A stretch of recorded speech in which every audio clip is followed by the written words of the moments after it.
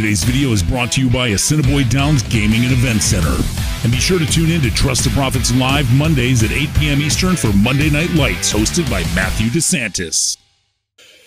Imagine the year is 2014, early June.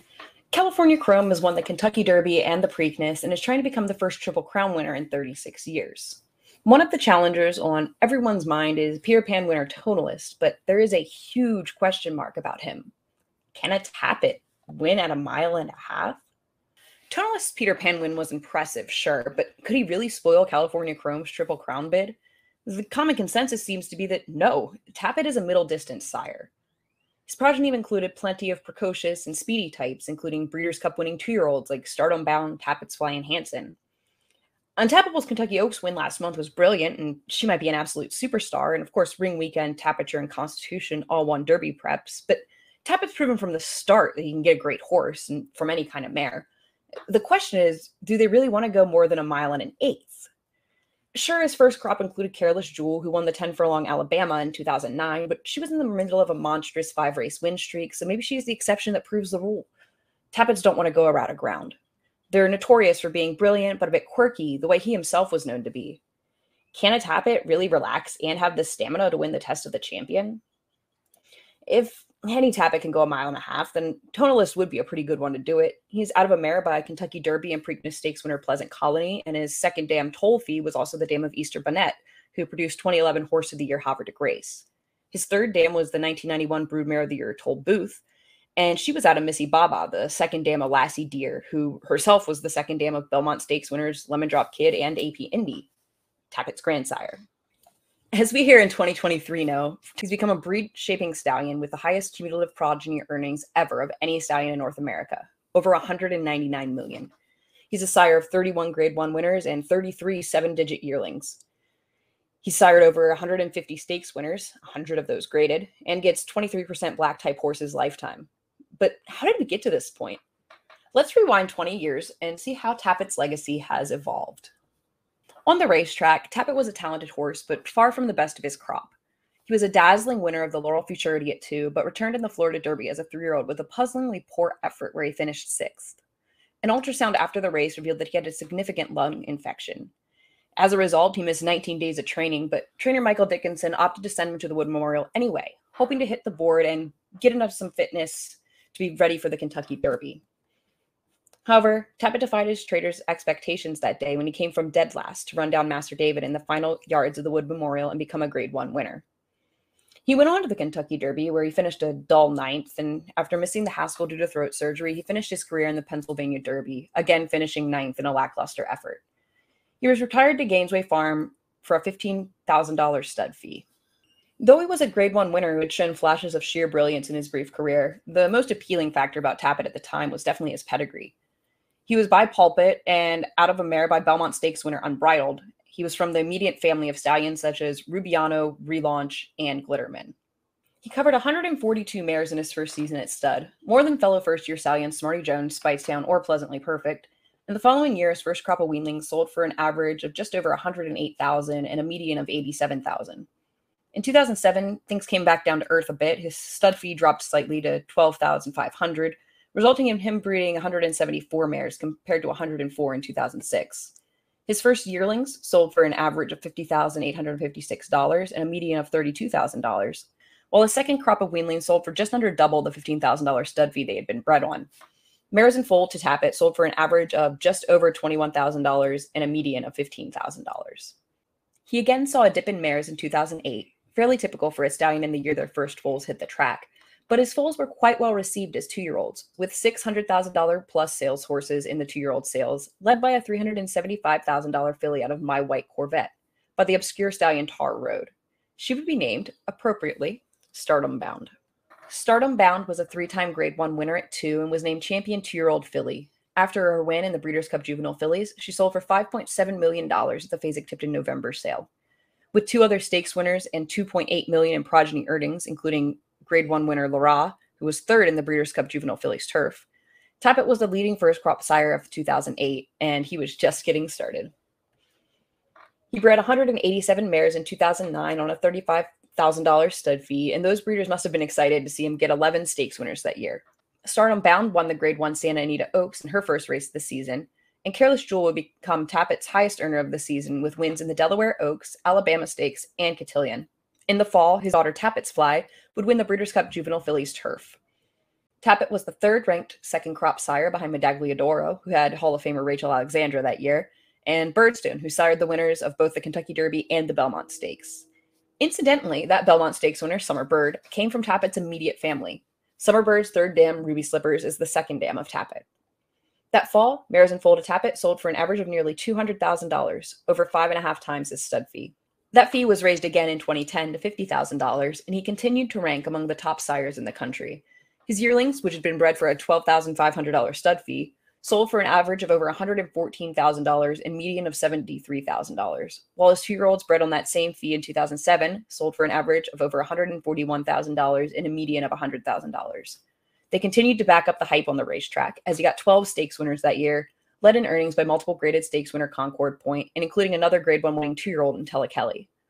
He was the third leading third crop sire behind Lionheart and Speightstown and was 12th on the general sire list. He hasn't been out of the top 10 leading sires since. His stud fee increased again to $80,000 in 2011, and he covered 163 mares that year. His 2-year-olds of 2011 were those bred in 2008, the last crop before his foals hit the track, and were led by Breeders' Cup Juvenile winner Hansen. Hansen was the only black-type winner in the first 5 generations of his female family, making it all the more obvious that Tapit was a stallion who could instill quality into a mare. He got 13 stakes winner overall in 2011, including horses such as multiple Grade 1 winner Zazu, Grade 1 Gazelle Handicap winner Dance Card, who would go on to become the dam of Breeders' Cup Sprint winner Cody's Wish, as well as Grade 2 True North winner Trap Shot. And he was third behind the brilliant stallions Distorted Humor and Smart Strike on the general sire list that year. His average and median for all foals, as well as mares in foal to him, were all over $100,000.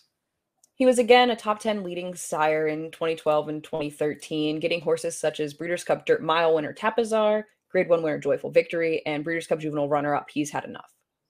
His sale prices continued to be strong across the board. In 2013, mares in foal to Tapit sold for over $1 million on average, a trend that would continue for 4 of the next 5 years, as Tapit's ascent from a great stallion to a breed-shaping superstar became clear. He had a total of 17 stakes winners in 2014, including Tonalist, Untappable, Constitution, Tapiture, Ring Weekend, Cassac, Coup de Grace, and Teen Pauline. His $16.8 million in progeny earnings was a record at the time for a North American sire, a record he would break in 2015 and 2016. His progeny earned over $4 million more than second leading sire Giant's Causeway. Weanlings by Tapit sold for an average of over $820,000 and a median of $510,000 that year. His yearling average and median were both over $500,000, and his 2-year-old median was $300,000. The following year, having proven he could sire the winner of a classic race, Tapit's stud fee was doubled to $300,000, and the on-track performance of his foals, along with their popularity in the sales ring, justified the jump.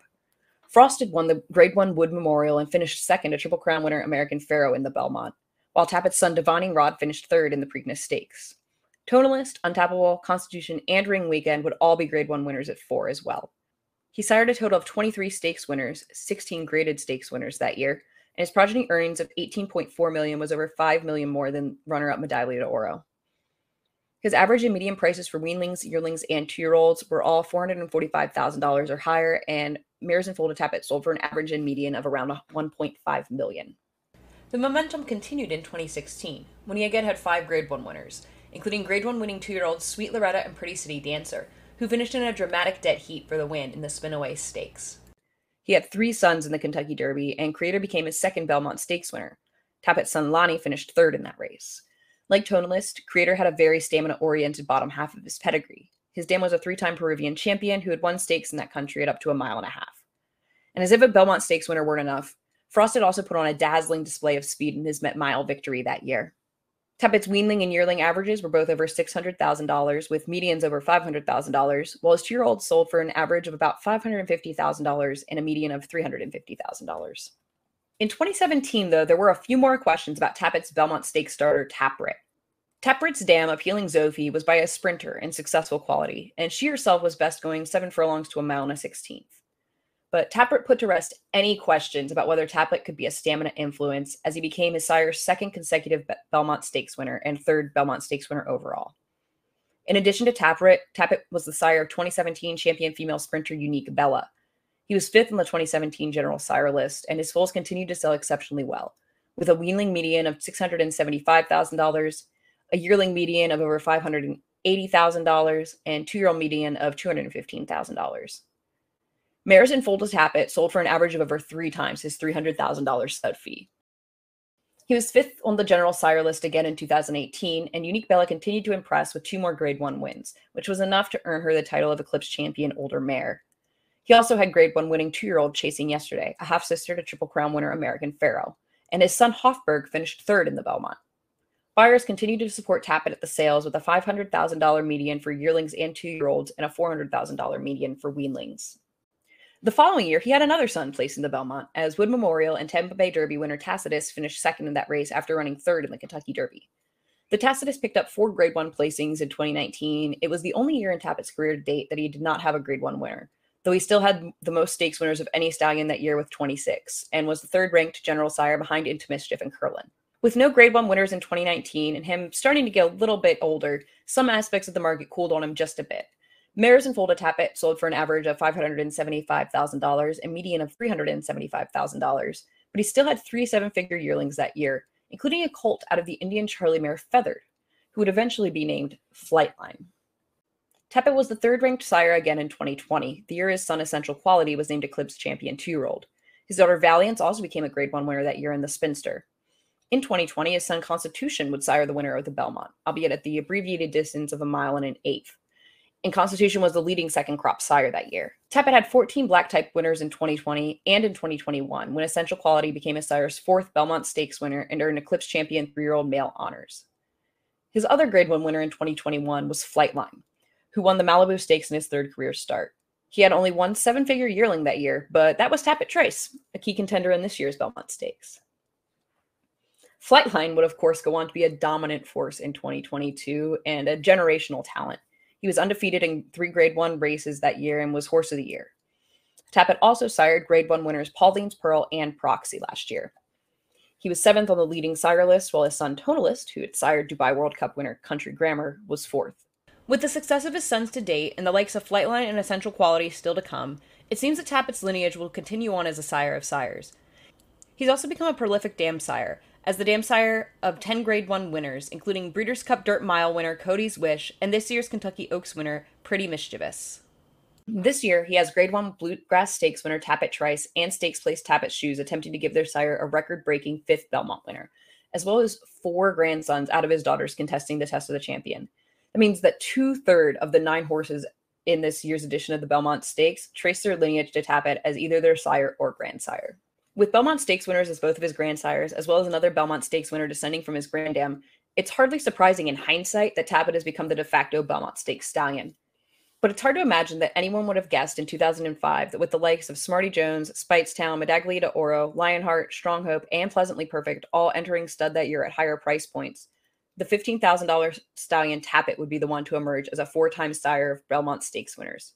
If the current trends are anything to go by, Tapit's influence in the Belmont Stakes and on the breed as a whole will be felt for generations to come.